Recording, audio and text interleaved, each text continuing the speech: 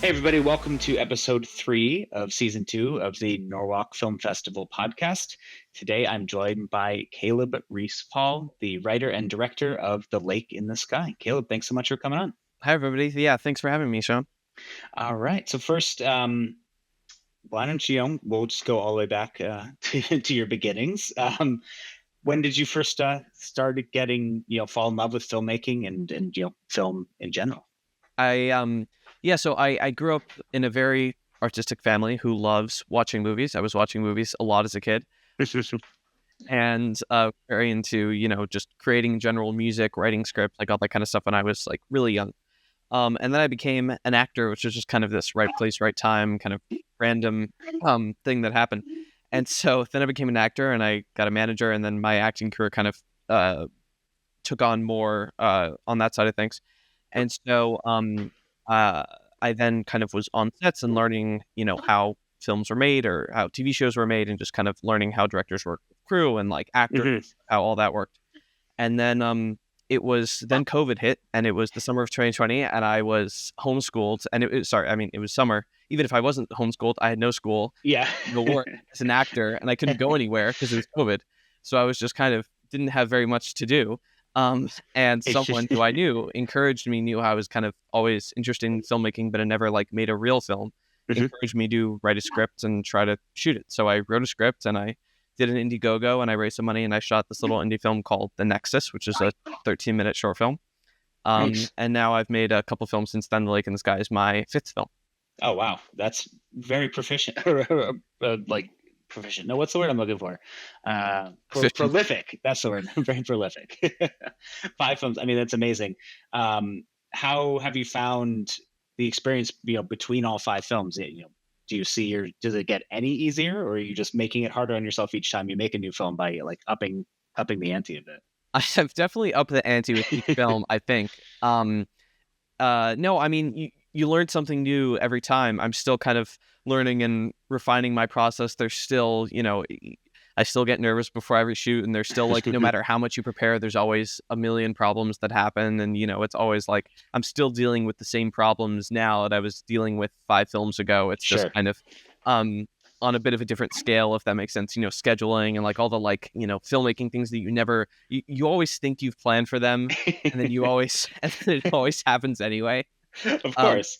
So, it's all the same kind of problem solving stuff, but, I learn a lot every time. There's still stuff that I see in my films, like, I wish I could change that. Wish I could change that. I feel like the stuff that I learn from each film kind of compounds. So by now, like I feel like I learned a lot more from making The Lake in the Sky than I did from, making one like my second film or, whatever. So It's great. So, making Lake in the Sky, the log line is: an isolated teenager explores the past, his late father, and an unstable memory through the use of celluloid on his 16th birthday. So it's, I mean, I've seen it. I've screened it as part of our festival, and I saw it at the Fairfield Theater Company screening with Brian Russell a couple weeks ago too. So, seeing it on my computer in like my little headphones versus like in that Fairfield theater with like the booming sound and like all the great sound design you had in it was awesome. So you wrote this as well. Tell us a little bit about how you came up with the idea and how it turned into what the final product is in The Lake in the Sky. Yeah, so I knew I wanted to do something bigger, as you say, up the ante for the next film. And I had a lot of kind of ideas floating around my head of kind of, I want to do something nostalgic, like a period piece. So this is set in the 70s, and I wanted to just kind of, do something in a world that I haven't really touched before. And so I was just kind of researching generally just kind of ideas and, technology and memory, just kind of some themes that I could maybe latch onto. And I found this article which was on the study that I think it was Fairfield University did actually, which is ironic, on kind of the effects of technology on memory. And they did a test on like 2 groups of 10 people on art and like this whole kind of really interesting system. And they found that the people who took pictures of the thing that they were trying to measure if they could remembered significantly worse if they had taken a picture on their phone, because they're taking the responsibility off their brain to remember it and putting it on their phone. So I thought interesting. that was really interesting. Yeah. So I kind of that really got my gears turning. I was like, okay, what if I created a character that was like totally reliant on, a machine to remember all of his memories for him? What would that look like? Why would he do that? What's his backstory? Where does it go from there? And then I just kind of, it's became the like snowball that kind of gains more weight as it kind of rolled down the hill. And I ended up writing it for almost a year. It was about 10 months I spent writing it. Oh, that's how it is though, because you have that germ of the idea, and then you have to keep finding it and working it until you find like, oh, now it makes sense. Now it's all like, it all comes together, and like, it feels really good when you. Yes, yeah, no, for sure. And not all projects take that long for me. I just finished my new film, my 6th film called Pulpitum, and that script came together much faster than Lake in the Sky did. So it's always kind of dependent on the project and what you've got going on. Yeah. So all right. So you wrote it. You got it written, and then you had to go and make the thing. Tell us a little bit about the process of making it. How many shoot days did you have? And then we can talk a little separately about the production design, because you got a lot of really cool stuff in there. Yeah. So it was a 6-day shoot. And we had, I think, about 2 weeks of prep. It was a pretty frantic pre-production phase, because there's a lot happening in this film, and we are very low budget, and so we didn't have kind of the money or time to kind of have a whole producing team or a special effects team, which is frankly one of the hardest things logistically, in my opinion, because I had to figure out, in pre-production I was Googling like, okay, how do you shoot underwater? Yeah. The only things you see are footage of like James Cameron shooting Avatar underwater, which is like not helpful at all. Yeah, slightly upping the ante even more. Right. $300 million budget in this like tank that they built, which was like, I don't know how many gallons, but some insane quantity. So it was a lot of kind of trial and error of like, okay, looking at behind the scenes footage, or like looking at kind of interviews with James Cameron or whoever had shot underwater, of like, okay, what they did, and like, okay, how can I translate that to a much smaller level but still have it look good, a lot of tests and all that kind of stuff. So it was a great shoot. We had all of our locations were pretty close together, so we maximized our time. 6 days for a 17-page script, which is kind of a lot, but we were moving pretty quickly. We were shooting, I think, a lot of pages a day, and we had a lot of kind of highly technically complex scenes to shoot. But I wanted to make sure we had kind of enough time for the dialogue scenes, for the characters and all that stuff. Yeah, it's great you're able to spread it out over that, because you have fairly minimal actual locations, but you have this kind of. I'll put a picture in the video and whatever, but the machine that he is using in this thing is a very complex thing that you guys put together and built. So it's like, not only on top of that, but then you have a nighttime scene, and then you got these underwater shots. So you had a lot of different pieces that are. You really made it difficult on yourself when you wrote it. Yeah. No, I knew as soon as I was writing it, everyone, in pre-production, they were like, okay, so is this actually underwater? And I was like, yep. That machine was a huge thing. And then, that has its own kind of whole slew of problems, because it's constructed of fully vintage technology, which does not always work properly. Right. So, especially if you're finding it on a low budget film, you're scrapping and scraping for different stuff. Facebook Marketplace or like eBay, that like you don't fully know if the stuff is going to work properly. And so it just kind of arrives, and you just have to kind of deal with it in kind of the whatever condition it comes in. And so anyways, sometimes the machine wasn't working. It had to have its own generator, because the main shed location where we had the machine and everything had no power. Right. And so we're running totally off generators, but because that dry cleaning conveyor drew so much power, and to have its own generator, which had to be, had to have enough gas, had to have enough, space, had to be working. There were like a lot of different kind of levels of things that could have gone wrong. Luckily, we didn't go like too deep into the, list of things that could have gone wrong. Like the conveyor never broke, like, everything pretty much worked, but there were always, there are a couple like things to figure out with how all of that was going to work. If you don't have stuff to work around and figure out, then are you really making a film? Exactly. If you don't have any problems, problems are synonymous with filmmaking.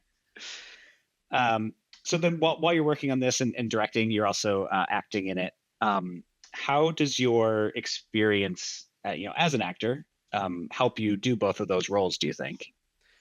It's interesting. There's a lot of different ways to kind of attack it, and it's important to have a good team around you who you can rely, like, you can rely on the sound person that, okay, the sound was good. If you ask them, were you good on that take? They can say yes, and you can trust them and not have to like go back and listen to it yourself. Right. Or you could say your DP, hey, did I hit the light? And you could be like, yeah, it looked good. And like, Yeah. you could save the time because again, low budget, like I don't have time to watch playback on every single take. Right. If you're doing it every single time, you're like doubling your day. Correct. It's insane, right? Because you have the time that it does to do the take, and then the same time to watch it back. So 2-minute take, 2-minute playback. Your time on the scene is literally doubled. Yeah. And you so you can't even work ahead. It's not like you can be like, let me go sit up while I watch this. It's right, like, exactly. Make sure. Yeah. Exactly. So there's a lot of, I watched playback on the important stuff, and I would like, there was a big, luckily we had one of those touchscreen monitors that could kind of like fast forward to certain parts in the scene where like, okay, I wasn't sure if I said this line the right way. I could just like check that, or kind of punch it on the moments that I wasn't sure about. But it was a lot of pre-planning. And I think in some ways it's easier when you're the actor. I think I said this at the Fairfield screening as well, but it's like you kind of skip the communication with an actor who like might not totally understand what you're saying, or like, in an idea that you would normally have to spend 30 seconds communicating, you could just kind of tell it to yourself. And it's, helpful over the years. I've gotten kind of better at self-directing and kind of being able to look at my own performance and like it's a weird like third eye that you have to have while you're acting. You have to like obviously act and do a good job and like be truthful and all that stuff, and you have to at the same time be in the character, and the third side of your brain has to be watching yourself as the director, knowing in real time, okay, oh, that line I've got to redo next time in this other way, and kind of remember your notes for yourself on the next take. So it's a bit of a mental kind of, I'm like double as exhausted as I would normally be at the end of a shooting day, because you're kind of carrying all that mental load of, keeping track of everything. But I think overall it is a benefit if it works well. I'm not in every single one of my projects. I'm not in my new film. I'm not in some of my other projects. It's just kind of like if the opportunity presents itself, I'll do it. If not, it's like not, required. It's very project dependent. But when it does happen, it's, definitely a challenge, but it's in some ways, I think, easier. Yeah, well, that's great. I mean, it's good to have that experience to fall back on and like be able to, and if you can split your brain like that, amazing. Yeah, right. Yeah. So tell us a little bit about the journey that this movie has been on, because it's been out for a while and kind of making the rounds. And I saw that you just went to London to be in Holly Shorts London. So tell us a little bit about the reception and where you've been able to take it and everything. Yeah, so we've been running since March. Our premiere was at Cleveland, which is kind of qualifying, and that kind of launched us into our run. And I think we've gone to about 15 festivals now. Awesome. Across the US and the world. We've had 2 international festivals. Calgary in Canada, which is Academy Award qualifying, and then Holly Shorts in London. I didn't make it to Calgary actually, but I did make it to London, as you said, which was a fantastic experience. But the rest of the festivals have been kind of running around the US. I had a section of festivals in April where I had like 3 at the same time. I had Nifty and Dubuque and Cleveland in this like really close compact time. So I had finished shooting my new film Pobatum. 2 days later, I went to Seattle. I was there for some time, and then I booked it down to Iowa for the Julian Dubuque International Film Festival. And so I was kind of splitting my time all over. But yeah, we also went to Flickers, Rhode Island, where we won a Grand Jury Prize, and Chelsea Film Festival in New York, which is great local screening, where we won Best Short Film, and a bunch of other great festivals. And now we're I think probably finishing our run at Norwalk, which is great local. Hey, yeah, love it. No, I mean it's a great it's a great film to. I mean, I've just enjoyed watching it every single time that I've seen it, and being able to see it on the big screen is a lot of fun too. Yes, you get so many more things, as I mentioned. So as I kind of talked about the sound design before, tell us a little bit about the process of your post process and the sound design and the score and putting that all together, because I feel like sound gets lost a lot in the the overall discourse. So important. Let's get some props to the sound team. Yes, no, post was really fun on this movie. I think the movie came together the most in post, and it changed a lot in the edit, frankly. I was the editor on the film, so I had I think it was like a month-ish editing it. I had like a rough cut done really quickly, and then I kind of spent a lot of time tweaking it and moving stuff around and kind of experimenting with various ideas. I'm a very auditory person. I have trouble editing without music or sound design. I know a lot of editors like to, do it completely dry and just dialogue and make it work on its own. I am unable to do that.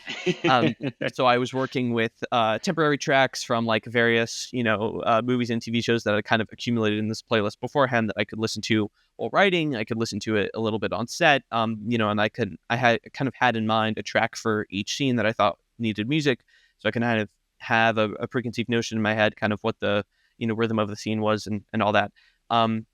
And yeah, I tried to build out as much sound design as I could. I don't have like an amazing mixing setup at home, but I tried to, get there enough. I had to do a lot of experimentation with like the machine, what that was going to sound like. Because obviously what it sounded like on set was not what I wanted it to sound like. Compare that was just like, which is like a whole other thing, taking that sound out from my dialogue and all that stuff. Of course. But it was a lot of fun, really fun experimentation, kind of looking at the different parts of the machine and like, okay, maybe this part can sound like this part can sound like this, building some custom sound effects. And so then I found my composer, and we talked a lot about, taking what was good about the temp tracks, because they're never going to be perfect for your film because they're for somebody else's project, So kind of, tweaking the kind of taking out the feeling, what was good from the temp tracks and kind of building it out for his tracks. We did some really interesting things. I was able to get this like really long 10-minute bed. I just like copy and pasted a bunch of sound effects of the machine that he was able to turn into a synth. And so we did some like really interesting, like, he could kind of play the machine and like, anyway, so some really cool, awesome. some really cool motifs, or like, he had some reverse sound effects of like the time, memories going backwards. And like, we really got to dive into like some really cool sound design work in the score. Yeah. And then to finish the movie off, we went to Dan Brennan at Soundtrack New York, who's a phenomenal mixer who kind of took my sound design and used it as a guiding light to kind of create this really awesome theatrical mix, which is great. And so we got to kind of work in the music. We spent about a day on a mix stage, working everything, which is always so awesome. Like, okay, that's awesome. Let's take this, build out this, or, all that stuff, which is like just a fantastic creative process with him. It's so amazing when you see what those people can do, like true artists, like, and it really makes everything come alive, and like just like the little things that they can add is for sure is like some ideas that you haven't thought of before, or like ways to kind of mix things, or like even clarify some sequences is like, you never really think about that, but kind of I think auditory storytelling is just as important as visual storytelling. And I had never done a theatrical surround sound mix before. So that was really interesting, because I had given him kind of my stereo mix to kind of see what I was doing with it. And then he, folded it out to 5.1. So we got to play around with kind of, at one point in film, there's this big riser. And instead of just having it rise, we have it go back to front towards the screen. So it kind of goes, which is really cool. Awesome. So we got to play around with some really interesting kind of panning stuff, or like in the memories, dialogue is normally on your center channel, and we kind of panned it out a bit to kind of sound a little more weird and disorienting. So yeah, that was really cool. That's awesome. That's it's really cool. As you said, like the auditory storytelling, like there's just like adding a little thing, like it's just like adding another dialogue, because like if you hear something happening off screen or whatever, like it tells you so much of what's happening in that world, and it's for sure, it's awesome. And it's like I'm always in awe when I see it like happening, and you're like, oh, something's pretty good, and then they like add the soundtrack or like add the score or add those cues, and you're like, oh, now it's even better. And now it like, it lives, and especially now it's a movie. Yeah. And, like you said, when you get to see it in a real theater like Fairfield or wherever, compared to headphones or something, you get to really like feel all the work we put in on the panning and the bass, in a theater and all that. We actually have, an IMAX screening of The Lake in the Sky coming up next year. Oh, wow. So I lied. Actually, Norwalk is not our last festival. We have, come on. Oh, sorry. We have a screening in IMAX in California next year. I believe in April, which will be very, very cool for the sound design. So cool. Hearing it in that space. So I'm looking forward to packaging the film for that and kind of seeing what the process is for doing all that with the sound design. Oh man, that's so cool. That would be awesome. All right. So you mentioned a couple times, but tell us a little bit about what you got coming up next. As much as you can, I guess, Yeah, yeah, without. yeah. Well, I mean, yeah. So the Lake in the Sky is a proof of concept for a feature, which I am Right. currently writing and developing and starting to pitch around. And so that is on the way. And I just finished my new film, Pulpitum, which is going to have its premiere next year, which is another short. It's about a girl who is in a technological cult trying to save her missing sister. Ooh. And I have upped the ante a bit again, um, as you said. So yeah, it's a fun one. So that's coming early next year, and the That's awesome. trailer's available if you want to check it out. Oh, pulpitumfilm.com. nice. All right, cool. We'll link that in the show notes too. Just Sweet, make sure people can check it out and tease it for next year. excellent, excellent. That's great. And then lastly, just tell people where they can follow you on any social media or anything like that, if you want to be found. Yeah, if I want to be found, no, I want to. Anyway, no, I'm at Caleb Reese Paul on Instagram, and we've got a website, lakeinthesky.com. It's just the name of the film. If you want to kind of check out where we've been, check out the festival's run, or I've got some director statements on there, trailers, all that kind of stuff. If you want to dive more into that, and we've got kind of links to all the social pages through there. Cool. Well, Caleb, thanks so much for joining us today. Thanks so Really much for appreciate having you me. taking the time. And everybody can check out The Lake in the Sky at the Norwalk Film Festival Saturday, January 11th at the District Music Hall. It's part of a great block and a great lineup of films that we have coming this year. So make sure to get out on the weekend of the 10th to the 12th and check out Lake in the Sky as well as the other 56 films we have programmed. So it's going to be an action-packed weekend. Thanks again, Caleb, and appreciate you taking time. Looking forward to it. Thanks.